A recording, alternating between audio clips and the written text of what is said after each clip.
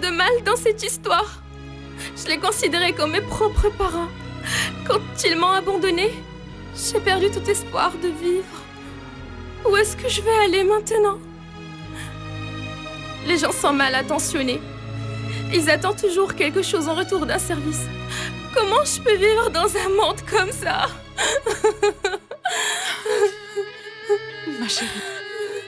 Ma chérie, ne te mets pas dans des états pareils.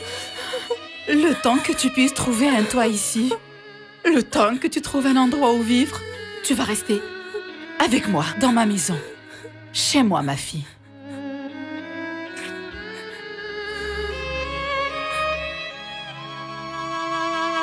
Ma tante, c'est facile à dire.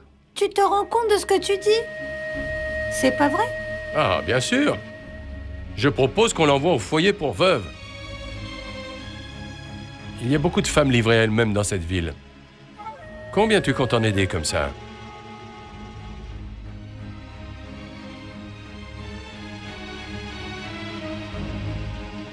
Réfléchis bien, d'accord? Dis-moi qui suis-je pour pouvoir aider quelqu'un? Ça, mon fils, c'est la volonté de Dieu.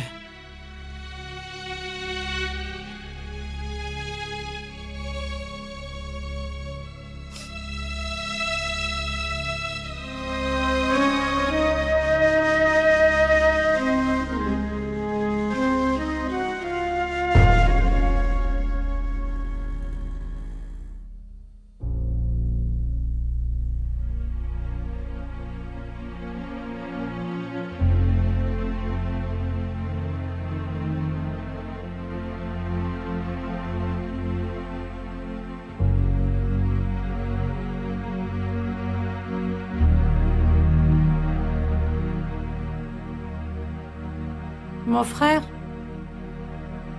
bois ton thé. Il va refroidir.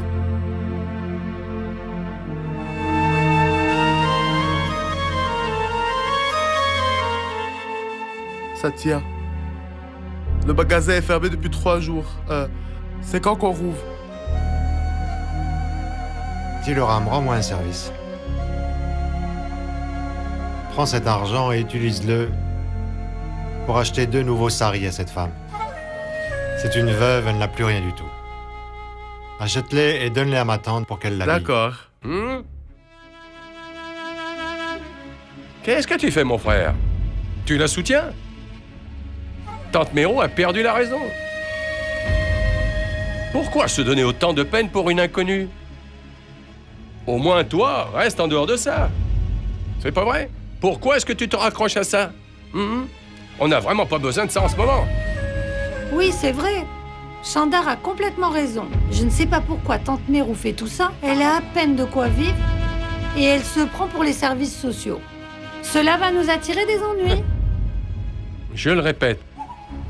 Envoyez-la dans un foyer pour veuve. Dieu seul sait qui est cette femme et d'où elle vient. Elle a sûrement inventé toutes ces histoires.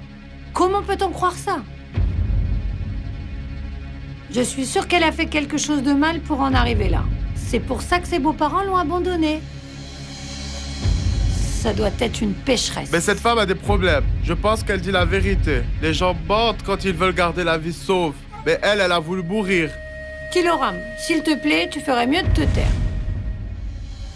Tout ce que je dis, c'est évidemment pour le bien de mon frère. Manorama, laisse-moi seul, s'il te plaît. Bien. Après tout, on s'en fiche.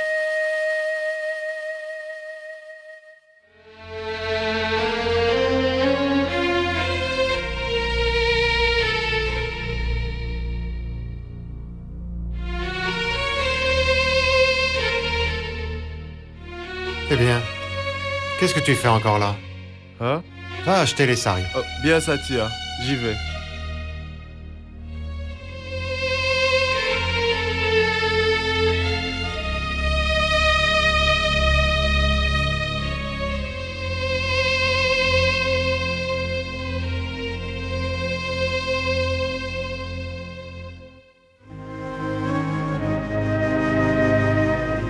Papa? Pourquoi est-ce que Mère Yashoda a voulu sauter dans la rivière aujourd'hui. Est-ce qu'elle a fait quelque chose de mal? Non, mon fils. Elle n'a rien fait de mal. Elle traverse juste une période difficile. Quand on traverse une période difficile, même les êtres aimés se retournent contre nous. Mais de toute façon, tu n'es qu'un enfant. Ne pense pas à tout ça. D'accord?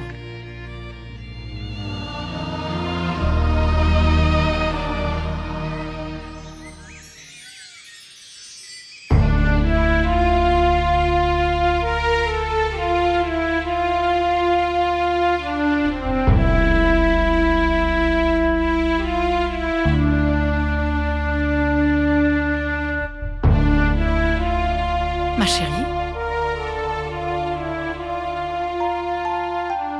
tu vas attraper froid. Viens te changer. C'est un sari neuf? C'est Satya qui te l'offre, ma fille. Je n'avais pas de vêtements. Ma tante, je n'arrive pas à y croire. Qu'il existe encore de bonnes personnes dans ce monde.